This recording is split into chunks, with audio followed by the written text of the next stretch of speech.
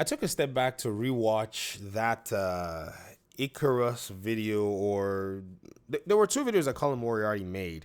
One of them was PlayStation's Games as a Service initiative, if it paid off. And there was also another one that he made with, him calling Xbox Icarus and saying after buying Activision Blizzard King, they flew closer to the sun and now they're no longer exclusive. And he was saying that in that video at the time. And, some of the PlayStation fanboys latched on. Some were hailing him. Oh, Colin has come back with this, format of making videos and stuff. Hey, it is what it is, man. As a content creator, you got to content create, right? But I was watching it more recently and thinking to myself, did this guy just literally try to paint diversifying your business strategy as a bad thing? And he almost successfully did. He could have run it by almost anybody, but some people, were thinking, because in real life, whenever you are investing, right, one of the things that is the prudent thing to do is to diversify your investment, right? So at this time, we're seeing that the whole talk about, exclusivity is actually anti-diversifying your investment, which is actually much more risky. In fact, let me show you some instances where the truth of this risk bled out. And it didn't bleed out from, sources that you would say, ah, man, this is weird. It bled out from sources within the PlayStation side. Now, I was very surprised when Sean Layden, I think it was in March or April of last year, where he said something on a podcast at some point. It was very interesting. And he's actually mentioned it multiple times, right?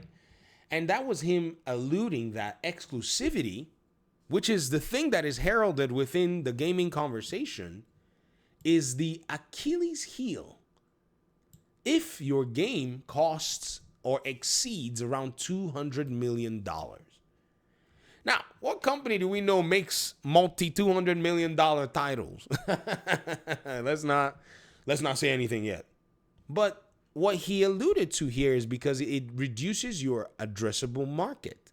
So the whole conversation and all of the talk about, exclusivity and such is very strange, because when you think about it, you have to actually diversify to support your structures by doing things differently.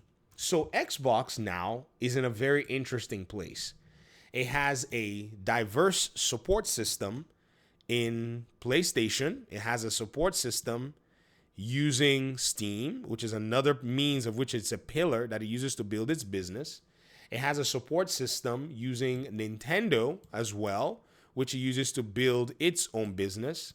It has a support system of PC. Let's use, who do we use here? Let's use NVIDIA Green for PC, which it uses as well to build its own ecosystem, and makes it, somewhat stronger, right? And within its own ranks, it has its Game Pass. Let's use that Xbox Green here in the middle, right? And that Game Pass is also a support system, brings in a lot of money actually on the console side. So the console is like a whole diverse bag. It's got Game Pass in it for the console. It's got third-party software sales. Oh, I can't write because I'm trying to use a mouse, right? It has third-party software sales. It has first-party software sales. It also has, the entitlements that they give to people. It's got other third-party subscriptions like EA Play, which is just one, but that's actually very interesting. And then it has some other tiny little things, I say tiny, but it's actually big, backward compatibility and all that stuff. Then there's also the diversity in that, model of Steam. You see, a lot of people always look and say, oh, well, Xbox console, but you don't realize that Xbox has basically shielded its Achilles heel.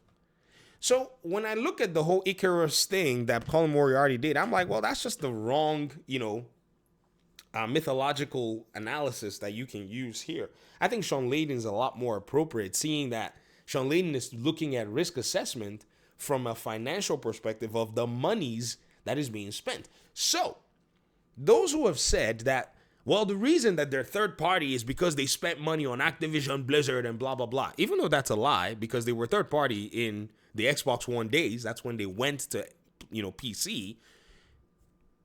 I have to ask and say, even if we conceded your lie, what is wrong with their business strategy when they're over here going like, we ain't getting no Achilles heel stabby?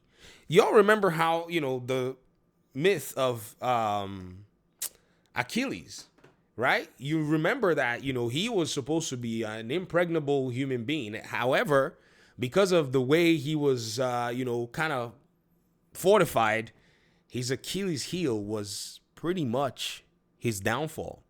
And once that Achilles heel got smoked, bro went down.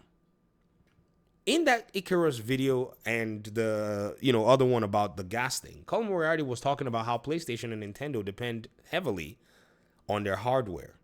In fact, he said, and this is not even a lie, that Sony's primary business is led by PlayStation. And I strongly believe that PlayStation is a very risky business because its pillars are dated and behind their competition. And not only that, they're having to pretty much upsell their own community right now in hardware sales, price increases, software sales, price increases, possibly coming soon to your next door price increase, and subscription service price increase, because they have to take on a premium sales model to be able to earn more money. And if the folk on PlayStation who are maybe unsuspecting of this continue to buy from them, then that's exactly what you're going to see, right? You're going to continue to see them raise the prices on their own, their customers, if you understand what I mean. Now, thankfully, there's a saturated market, so their customers don't have to be beholden to them, but a lot of people usually stick with where it is that they play their games. And so risk assessment, and from a risk assessment perspective, I think Xbox is actually in a much more comfortable place and has shielded itself from a lot of different things. Now, this doesn't mean that they cannot topple. Don't get me wrong. All of these pillars could be toppled overnight. No company is impregnable. No company is immune from market forces. I'm just saying that in this day and age, it's almost impossible for you to be able to come out with such, a risky business strategy like Nintendo right now. Nintendo is at the brink of some really weird stuff. Now, they have the Switch One, which is their base padding. It's kind of like their, their foundation that they've actually put up and built. And without that foundation, they would not have been making a lot of these, decisions or actually playing these games that they're playing here with the Nintendo Switch 2 launch. So these are my thoughts on a lot of these issues so far. And I think right now, ladies and gentlemen, we're seeing a gaming industry that's going to prove a lot of these companies. PlayStation is also fortunate. They have the PS4 base. Hopefully that base, invests in the PS5 and maybe moving onward. But they have to make a bigger, more compelling case as to why this base needs to stay, especially with the reality now of costs getting higher for development. Thanks for watching the video. Talk to me in the comment section. Appreciate you guys so much. Peace out.